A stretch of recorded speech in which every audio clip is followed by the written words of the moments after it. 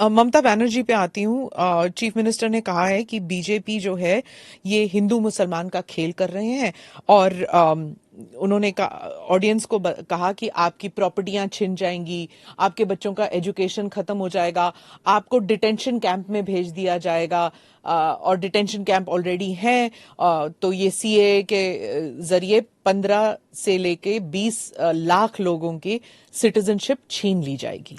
देखिए, मैं ममता जी को करबद्ध निवेदन आपके इस कार्यक्रम के माध्यम से करना चाहता हूं।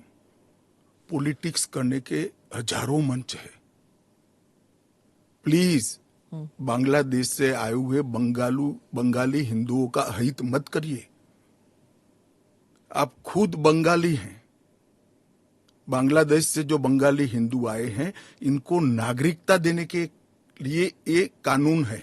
ममता जी को मैं खुली चुनौती देता हूं, इस कानून की धारा में से किसी की नागरिकता छीनने की एक धारा वो बता दे सार्वजनिक रूप से।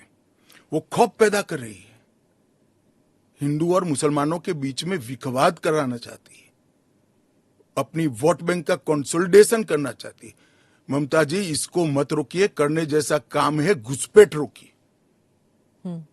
नहीं रोक रही है वो नहीं कर रही। आप हमें कोऑपरेट नहीं कर रही।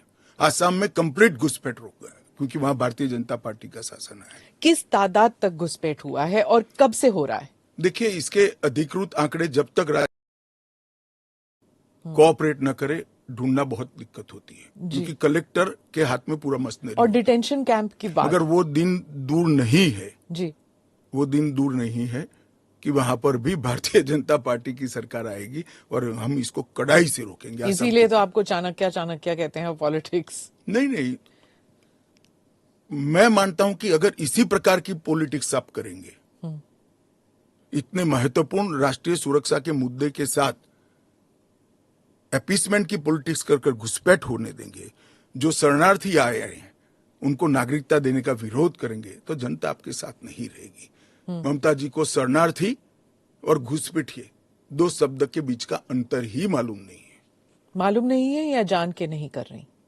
अब मैं तो जो बोलती है वो सच मानता हूं, इसलिए कह रहा हूं मालूम नहीं है। डिटेंशन कैंप के बारे में बताइए, इसके बारे में बहुत गलतफहमी आ रही है। ऐसा है, आप स्मिता जी इतनी जागरूक पत्रकार है, देश की जानी मानी पत्रकार है, आप भी स्वयं एक बार सीएए को पढ़ लेती, इसके रूल्स को पढ़ लेती, तो मालूम पड़ता इसमें कोई कैंप की प्रोविजन ही नहीं। जो इलीगल माइग्रेंट्स हैं, अगर उनके पास कोई दस्तावेज नहीं है, उन्हें वापस अपने देश भेजने से पहले उन्हें डिटेंशन कैंप में रखा जाता है। ये आपने डिटेंशन एरिया में, जेल में नहीं डाल सकते, ये आपने 2019 में मुझे समझाया था एक इंटरव्यू में। सीएए में डिटेंशन कैंप नहीं है। इसी को लेकर मैं सवाल पूछ रही हूं कि अगर सीएए के तहत वो लोग नहीं आते तो वो कहां जाएंगे, क्या होगा उनका? नहीं, उनकी व्यवस्था होगी ना। 100 लोगों का प्रॉब्लम है तो उसमें से 85 का तो अभी क्लियर हो रहा है, बाकी का आगे सोचेंगे। तो कितने लोग होंगे आपके हिसाब से? लाखों में, करोड़ों में, हजारों में, कितने लोग हैं? देखिए, ढेर सारे लोग हैं, इसकी कोई गिनती नहीं है। वो जब एप्लीकेशन आएगी और बहुत सारे लोग, ये जो मिस कैंपेन चल रहा है, अपप्रचार चल रहा है, इसके कारण शायद एप्लीकेशन करते हुए भी डरेंगे।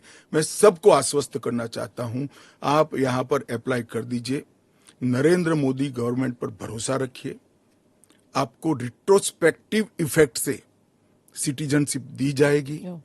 आपका अवैध तरीके से भारत में आना, इस शरणार्थी के रूप में आपको स्वीकृति ये कानून दे रहा है। इसका कोई क्रिमिनल केस आप पर होगा नहीं और आपकी भारत में की हुई सारी एक्टिविटी को भी वैधता प्रदान की जाएगी। तो किसी को डरने की जरूरत नहीं है। उनके पास एक्स्ट्रा राइट्स होंगे या इक्वल राइट्स होंगे या कम राइट्स होंगे? इक्वल राइट होंगे। वो भारत के नागरिक माने जाएंगे। मेरा और आपके जितना ही अधिकार उनका होगा।